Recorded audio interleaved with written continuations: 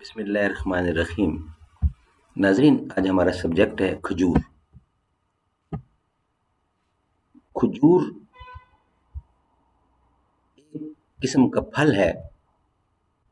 کھجور زیادہ تر مصر اور خلیج فارس کے علاقے میں پائی جاتی ہے۔ دنیا کی سب سے اعلیٰ کھجور اجوا کھجور ہے، جو سعودی عرب کے مقدس شہر مدینہ منورہ اور مضافات میں پائی جاتی ہے۔ کھجور کا درخت دنیا کے اکثر مذاہب میں مقدس مانا جاتا ہے۔ مسلمانوں میں اس کی اہمیت کی انتہا یہ ہے کہ حضور اکرم صلی اللہ علیہ وسلم نے تمام درختوں میں سے اس درخت کو مسلمان کہا ہے، کیونکہ صابر شاکر اور اللہ کی طرف سے برکت والا ہے۔ قرآن مجید اور دیگر مقدس کتابوں میں جا بجا کھجور کا ذکر ملتا ہے۔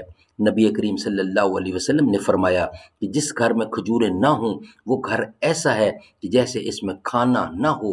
طبی تحقیق کے مطابق کھجور ایک ایسی منفرد اور مکمل خوراک ہے جس میں ہمارے جسم کے تمام ضروری غذائی اجزاء وافر مقدار میں پائے جاتے ہیں۔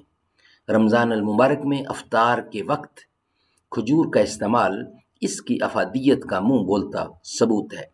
چونکہ دنیا بھر روزہ رکھنے کے بعد توانائی کم ہو جاتی ہے، اس لیے افطاری ایسی مکمل اور زور ہضم غذا سے کرنے کی ضرورت ہوتی ہے جو زیادہ سے زیادہ طاقت و توانائی فراہم کر سکے، اور کھجور یہ تمام مقاصد فوراً پورا کر دینے کی اہلیت رکھتی ہے۔ ناظرین، کھجور بہت سارے ممالک میں پائی جاتی ہے۔ مصر میں سب سے زیادہ 1470 میٹرک ٹن کھجور پیدا کرنے والی چوٹی کے 20 ممالک۔ 2012 سے یہ موازنہ کیا گیا ہے کہ 1470 1000 میٹرک ٹن۔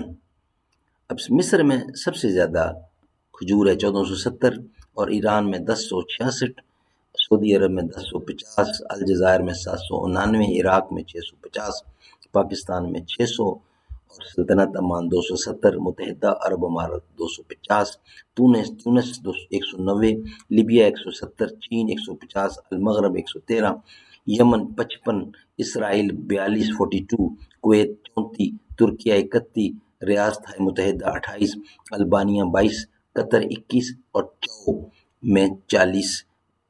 یہ ہم نے ایک FAW پیش کیا ہے جن جن ممالک میں پائی جاتی ہے کھجور اور کتنی سالانہ پائی جاتی ہے۔ ناظرین، کھجور کے طبی فوائد ہم نیکسٹ ولاگ میں آپ کے سامنے رکھیں گے۔ یہ ولاگ ہم یہاں اس کو کمپلیٹ کرنے جا رہے ہیں۔ السلام علیکم ورحمۃ اللہ۔